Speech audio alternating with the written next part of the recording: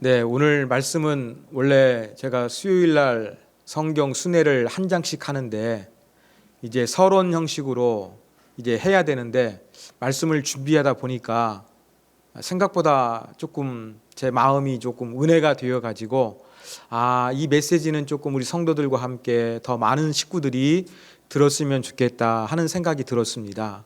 그래 가지고 오늘 설교는 다니엘서에 대한 서론입니다.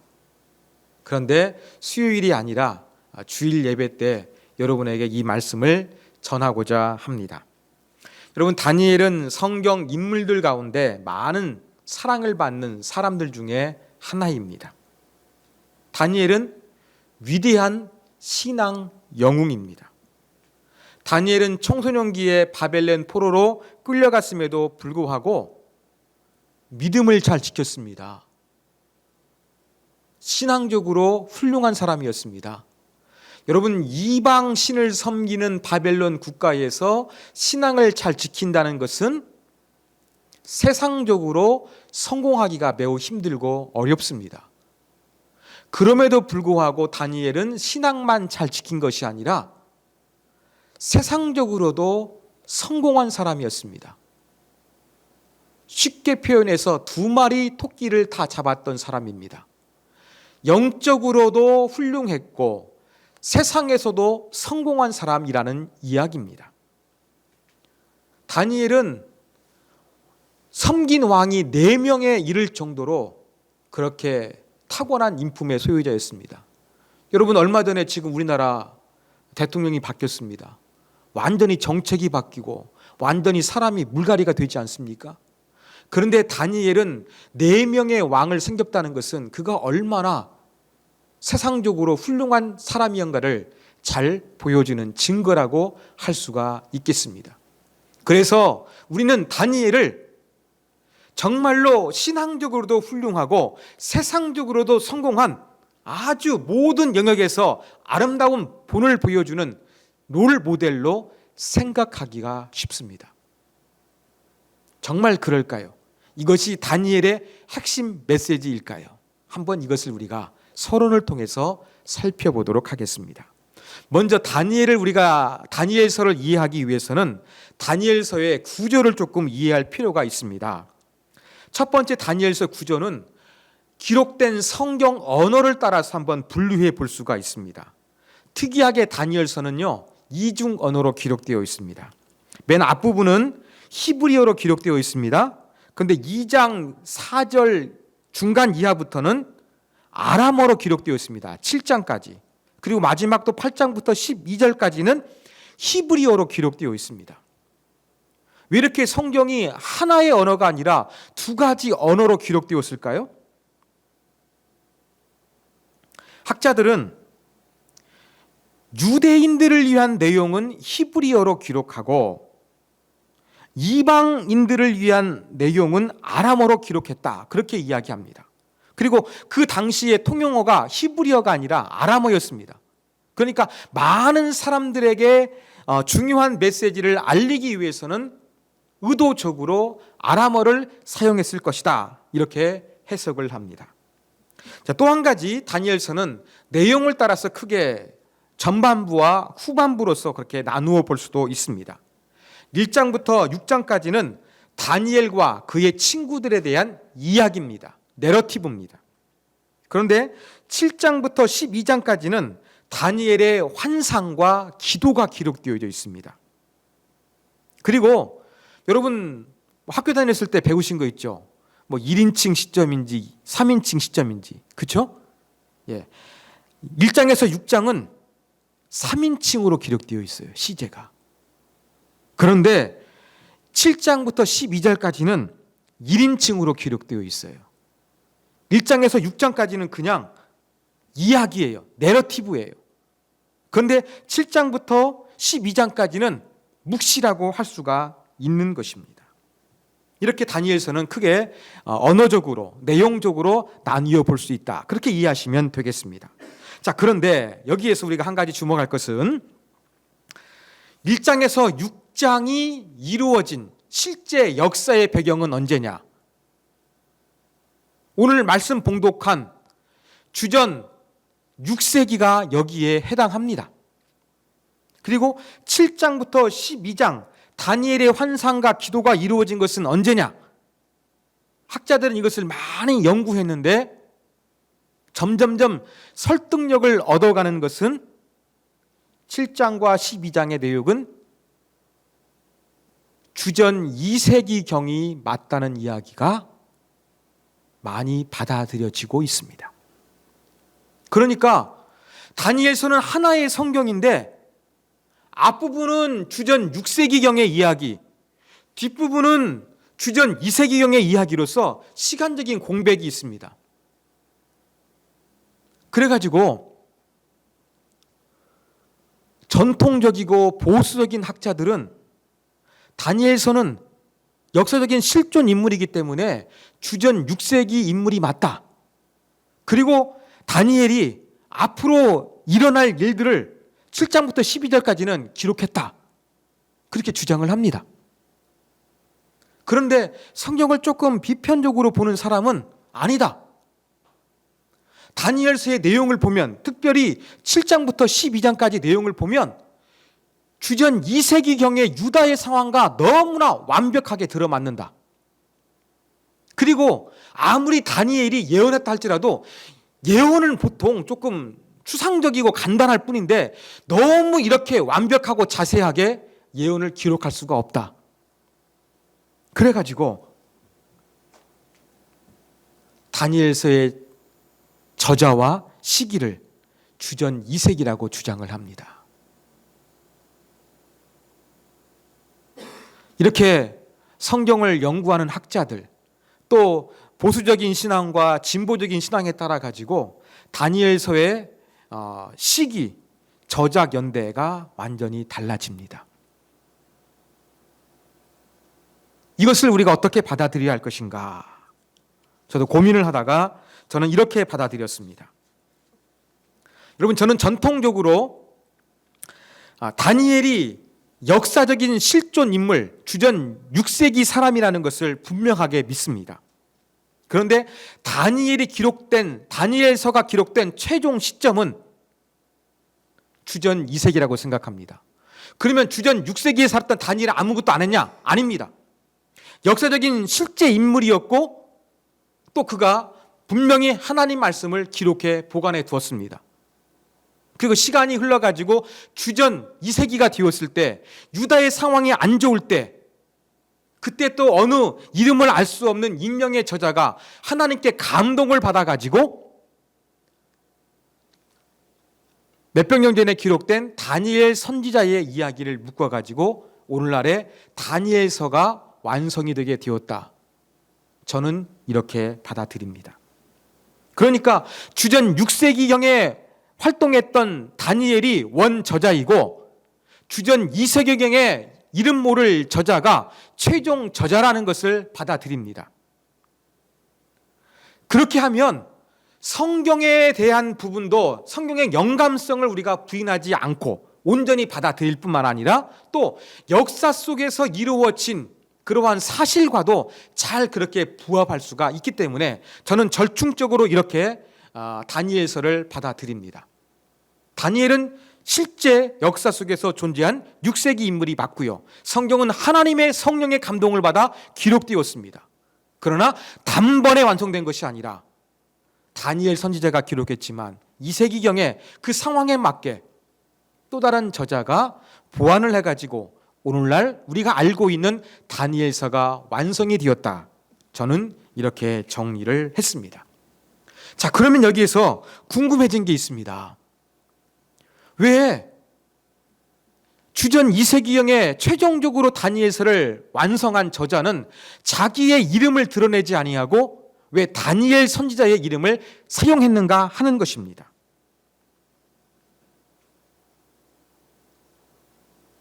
여기에는 아주 깊은 뜻이 있습니다. 물론 묵시문학적인 특징이 나타나기도 한 것입니다만 주전 2세기경에 핍박받는 고통 속에서 근시안적으로 세상을 바라볼 것이 아니라 하나님 나라가 도래하는 전 우주적으로 세계사적인 관점에서 다니엘서를 바라보고 현실을 바라보고 해석해야 된다는 것을 독자들에게 깨우쳐 주기 위해서 의도적으로 다니엘서의 이름을 차용하고 있는 것입니다. 역사는 반복된다는 말이 있는 것처럼 주전 6세기경의 상황이나 주전 2세경의 상황이나 어차피 신앙 때문에 고통받고 박해받고 힘든 상황인데 이것을 조금 넓은 시각 속에서 바라보자는 의도를 가지고 또 실제 훌륭한 신앙을 가지고 온 사람이었던 다니엘 선지자를 내세워서 그가 성경을 완성했던 것으로 우리는 그렇게 받아들일 수가 있는 것입니다. 자, 그러면 두 시대의 상황을 조금 더 설명을 드리겠습니다. 여러분, 주전 6세기 경에는요, 세계 열강이 이집트였는데 이집트가 몰락하고요. 이제 그 메데 바사가 강력한 나라로 지금 이제 떠오르고 있었습니다. 오늘날로 이야기하게 되면 지금 미국이 최강대국이지만 힘이 빠지잖아요. 지금 좀 중국이 부상하고 있잖아요. 우리나라가 지금 어느 편에 서야 되겠습니까? 완전히 미국 편에 붙어야 될까요? 중국 편에 붙어야 될까요? 이게 상당히 어려운 문제입니다. 마찬가지입니다. 이스라엘도 마찬가지였습니다. 근데 유다는 어떻게 했느냐? 막 신흥 강호로 떠오르는 이 페르시아 제국에 붙은 것이 아니라 전통적인 강호인 이집트에 붙었습니다. 이집트가 전쟁 나면 도와줄 것이라고 믿었습니다. 그런데 페르시아가 대군을 이끌고 와가지고 이집트를 완전히 초토화시켰습니다. 그러면 유다 가만히 두겠습니까? 가만히 안 두겠죠. 그래가지고 공격해가지고 예루살렘이 무너지게 됩니다. 그게 바로 오늘 1장의 배경입니다. 그러면서 기술자, 조금 능력 있는 사람, 지식인, 귀족 이러한 사람들을 바벨론 포로로 끌고 갔던 것이에요. 그 중에 끌려갔던 사람이 누구였느냐? 바로 다니엘이 있었던 것입니다. 그러면서 이 끌려간 포로들은 이 이방신을 섬겨야 되기 때문에 온전히 하나님만을 섬기는 유일신앙을 지키기가 어려웠습니다. 이 신앙 때문에 고통과 박해를 받을 수밖에 없었던 것입니다. 그러면 주전 2세기의 상황 어땠을까요? 자, 이때의 상황도 마찬가지입니다. 간단히 말씀드리면 시리아 셀루키드 왕국인 안티오쿠스 에스파네스 왕이 있었는데 이 사람이 딱 힘을 잡으니까 유대인들에 대해서 조금 강압적인 정책을 펼쳤습니다. 그래가지고 예루살렘에서 야, 여기서 여호와께 제사 드리지 마. 안식일 지키지 마. 예루살렘에서 왜 니네 신만 드려? 다른 이교 제사 받아들여 지켜야 돼. 이런 명령 내린 겁니다. 그러니까 신앙이 좋은 유대인들은 이 명령에 순복할 수가 없었던 것입니다. 광야로 도망가고 산으로 도망가고 그래가지고 어땠습니까? 안식일을 지키고 신앙을 지키기 위해서 노력을 했습니다. 그 중에 이 제사장 가문의 한 사람은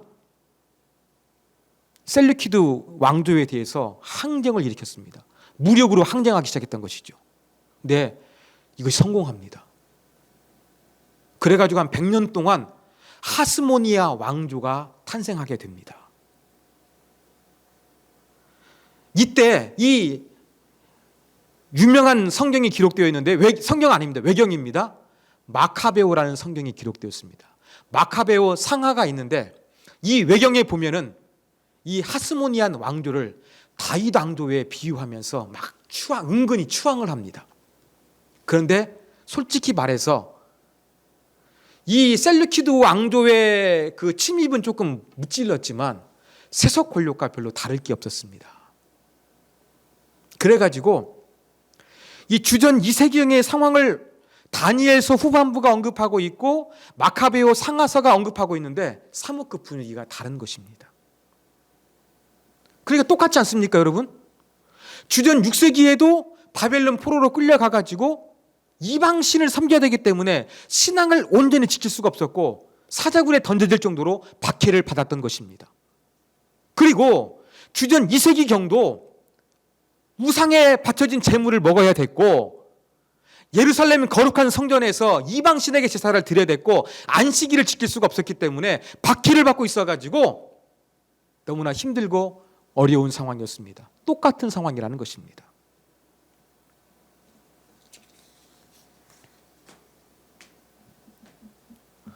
이러한 상황 가운데서 이 주전 2세기의 그 마카베오는 무력으로 항쟁을 해가지고 외세를 조금 무찔렀어요. 그런데 성공하지 못했어요. 여러분, 이렇게 신앙적인 것을 위해서 뭔가 무력으로 힘으로 막 데모해가지고 할 것 같지만 그것은 실패한다는 것을 보여주고 있는 것입니다. 그래서 다니엘서는요, 부활 신앙을 강조해요. 무력으로 우리가 이 땅에서 모든 걸 이기는 것이 아니라 마지막 때에 하나님 나라가 완성될 때에 부활 때에 그때 온전한 승리가 이루어질 것이다. 이걸 강조하고 있는 것입니다. 자, 다니엘서 우리는 전통적으로 예언서인 줄 알았잖아요. 그런데 핍박받고 고통받고 있는 그런 상황에서 신앙을 지키기 위한 노력의 산물이라고 제가 말씀을 드렸습니다. 그래서 성경이 다니엘서를 분류하는 것이 상당히 독특합니다. 쉽게 말해서 이 다니엘서는요, 우리가 살고 있는 현실이 전부가 아니라 실제 보이지 아니하는 하나님의 통치가 있다는 것을 인식하라고 깨달으라고 공고하는 책입니다. 다니엘서가 성경 어디에 속해 있느냐? 여러분, 히브리 성경으로 기록된 성경에는요, 다니엘서가 성문서에 포함되어 있습니다. 성문서는요, 시편, 잠언, 아가 이런 거예요. 어떤 것입니까? 주로 삶에 대한, 인생에 대한 지혜를 가르쳐주고 있는 것이 성문서예요. 지혜 문학이라고도 표현합니다. 그런데 히브리 성경, 그 다음에 쿰남 공동체, 그 다음에 탈무드 성경을 보면은요, 모두가 이 다니엘서를 예언서로 분류하고 있는 것이 아니라 성문서, 지혜 문학으로 분류하고 있는 거예요. 무슨 말입니까? 우리가 이 고통당하는 현실 속에서 어떻게 살아가는 것이 참 지혜인가, 참 신앙의 길인가, 여기에 대한 해답을 주는 책으로 유대인들은 인식했기 때문입니다. 그런데 기독교 성경은 예언서로 분류합니다. 우리말 성경도 마찬가지입니다. 라틴어 성경도 마찬가지입니다. 후대에 있어서는 이 다니엘서를 예언서로 분류했습니다. 예언적인 부분이 있으니까 이것도 틀림이 없습니다. 그런데 다니엘서가 예언서로 분류한 것도 맞습니다만 이 예언서하고도 조금 결이 다릅니다. 조금 분위기가 달라요. 그래서 다니엘서는 우리가 전통적으로 크게 보면은 예언서라고 그렇게 이야기를 하지만 엄밀히 조금 더 깊이 들어가다 보면은 다니엘서는 요한계시록과 더불어 묵시문학으로 분류가 됩니다. 그러면 예언서하고 묵시문학은 어떻게 다를까요? 간단하게 말씀을 드리겠습니다. 여러분, 예언서는요, 자, 예언합니다. 그러면 이 땅에서 이루어질 일을 주로 예언하는 거예요. 앞으로 미래의 일이나 과거를 재해석하는 것입니다. 그렇죠? 그런데 묵시는 어떻느냐? 이 땅을 초월해가지고 저 너머의 세계, 하나님 나라까지 확장합니다. 가장 큰 특징이 예언과 묵시 문학이 이 땅에서의 이루어질 일이냐, 이 세상을 넘어 초월적인 부분까지 포함하느냐가 다릅니다. 자, 또 한 가지. 예언서는 주로 선지자들이 예언했습니다. 환상을 보거나 꿈을 꿨습니다. 그렇죠? 근데 묵시는 조금 더 특이한 게 뭐냐면 천사가 하나님의 계시나 환상을 전해주는 메신저로 등장할 때가 아주 많습니다. 천사의 활동이 좀 두드러지는 것이 묵시문학이에요. 또 한 가지, 선지서는 어떻습니까? 선지자가 이름을 밝혀요. 시작할 때. 우리 다니엘서 지금 서론 읽었는데 이름 밝힙니까? 안 밝히잖아요. 묵시문학과 이 예언서의 차이점이 뭐냐면 선지자의 이름을 밝히느냐 아니면 익명을 사용하느냐, 이 차이가 있는데 다니엘서에는 다니엘에게 임한 예언이라 이런 표현이 없는 거예요. 또 묵시문학의 특징 하나는 무엇이냐면 상징적인 것이나 상징적인 이미지나 상징적인 숫자가 많이 등장해요. 요한계시록도 막 666 등장하지 않습니까? 근데 다니엘서도 이러한 부분이 많이 들어가 있어요. 그래서 다니엘서는 전통적으로 예언서로 분류하는데 약간 결이 달아서 묵시문학적인 요소를 많이 포함하고 있다.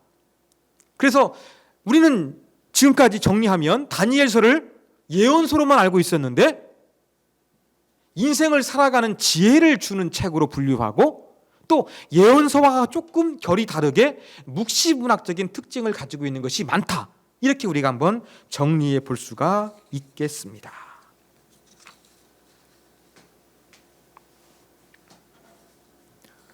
자, 그러면 이 다니엘서가 우리에게 어떠한 교훈을 가져다 줄까요? 여러분, 제가 말씀을 시작하면서 이 다니엘은 신앙적으로도 훌륭했고 세상적으로도 성공한 마치 2마리의 토끼를 다 잡았던 롤 모델처럼 우리가 인식하고 있는데 거기에 과연 진짜 부합한 인물이냐? 다니엘서는 그러한 신앙과 삶에서 세상에서 탁월한 영향력을 발휘한 사람으로서 우리에게 제시하고 있느냐? 제가 질문을 드렸죠. 어떻습니까? 우리는 그렇게 받아들이고 있습니다만 다니엘서의 저작 의도는 이게 아니었던 것입니다.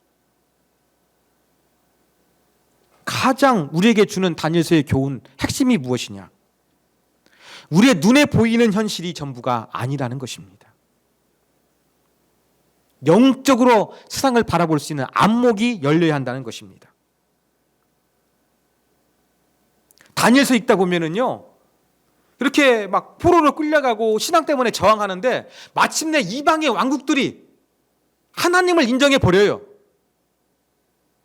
온 누리의 하나님으로 바로 인정하게 만드는 것이 다니엘서의 특징입니다.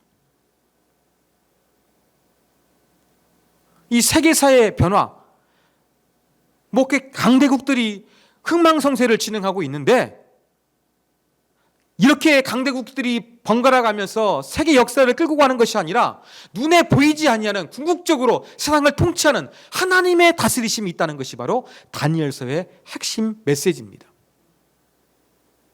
영적인 안목으로 세상의 통치가 전부가 아니라 하나님의 통치가 흐르고 있고 마침내 하나님의 통치가 완성될 것이기 때문에 어떻게 살아야 될 것이냐? 믿음으로 살아야 된다. 하나님 말씀 붙잡고 살아야 된다.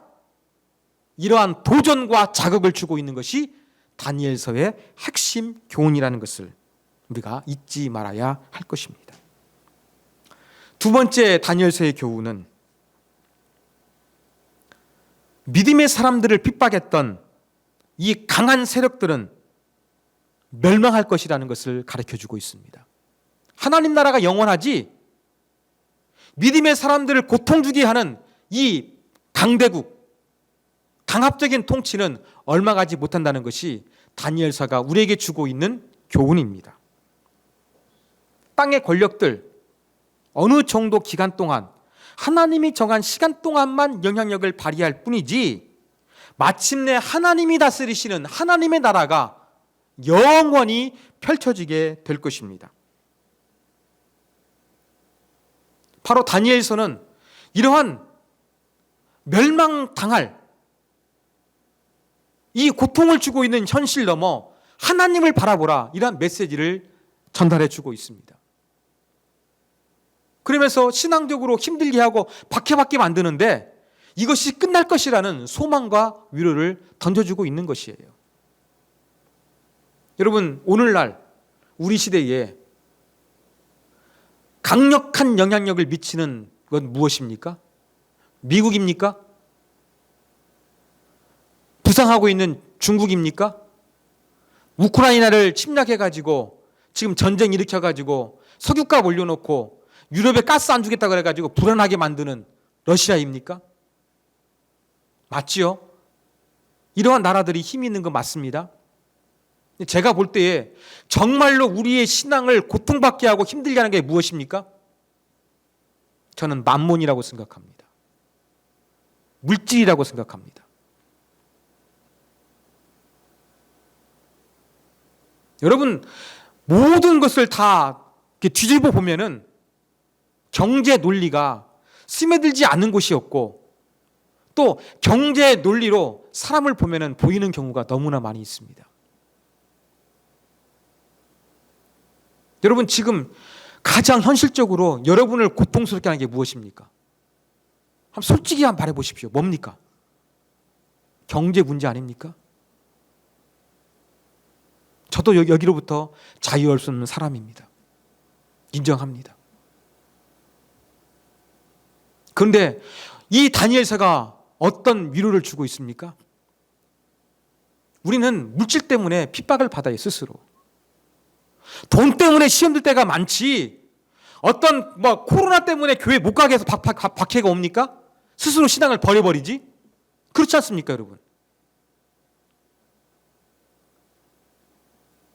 내 신앙을 좀먹게 하는 것은 경제 논리입니다. 많은 경우 우리를 옥죄이게 하고 우리를 제한시키는 것은 경제 논리입니다. 다니엘서는 우리에게 뭘 요구합니까? 경제 논리가 영원히 흐르지 않는다. 경제 논리가 행복을 가져다 주고 불안하지 않는 미래를 펼쳐다 주고 안정된 삶을 줄 것처럼 보장하지만, 행복을 줄 것 같지만 그게 아니다. 그건 언젠가 멸망한다. 완전한 하나님의 통치가 진짜다. 다니엘서는 이것을 우리 시대에게 인식하라고 깨우쳐주고 있는 영적 교훈을 저와 여러분에게 던져주고 있는 것입니다. 마지막 세 번째 교훈입니다. 우리 다니엘서를 통해서 우리는 이 승리하고자 하는 승리주의적 신앙에 젖지 않도록 주의하라는 교훈점을 넣습니다. 여러분, 아까 말씀드렸죠. 주전 2세기경에 이 제사장 가문의 한 사람이 나타나가지고, 마카베라는 사람이었는데 완전히 승리를 거두어가지고 어느 정도 100년 동안 왕조를 이루었다고 말씀을 드렸습니다. 그런데 외세는 무찔렀지만 세속 왕조하고 다를 바가 전혀 없었습니다. 그리고 무너졌습니다. 여러분, 신앙을 통해서 뭔가 성공하고 승리를 가져오는 것은 항상 이루어지는 일이 아니라는 것입니다. 근데 우리는 늘 이 승리하고자 하는 신앙 가운데 젖어 있는 거예요. 내가 기도하면 하나님이 응답하셔야 되는 거예요. 하나님이 살아계시면 고통받지 않아야 되는 거예요.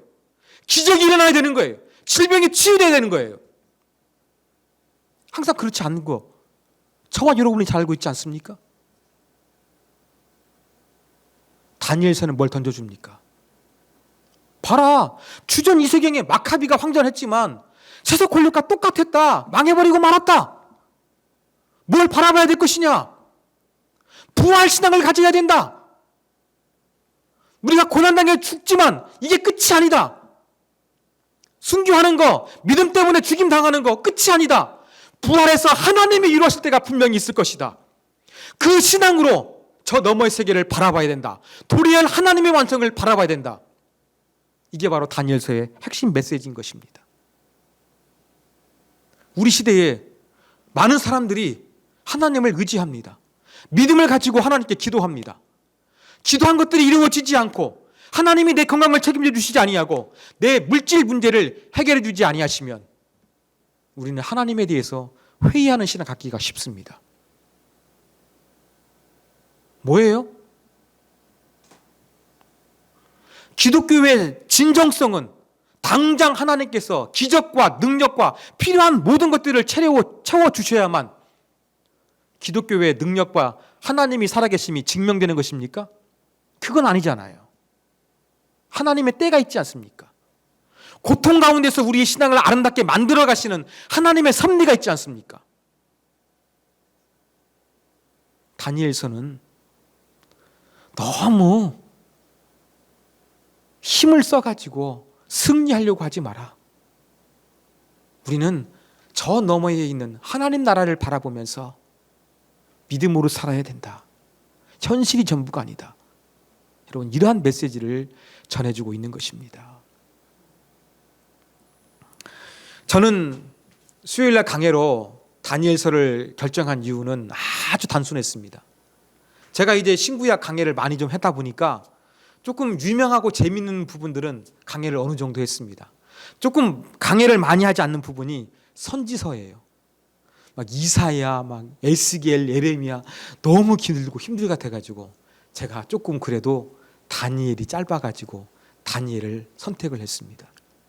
설교를 준비하기 위해서 여러 자료를 보는데 제가 위로를 받았어요. 힘들고 어려운 고통 가운데 있는 현실 속에서 내가 어떻게 살아야 될 것인가. 주전 6세기와 주전 2세기에 믿음 때문에 박해를 받았는데 지금 이 시대에 코로나 때문에 교회가 어려워지고 경제 논리 때문에 또 사람들이 삶을 즐기기 때문에 신앙을 버리고 있는 이 어려운 시기 가운데 어떻게 살아야 할 것인가? 어떠한 믿음을 가져야 될 것인가?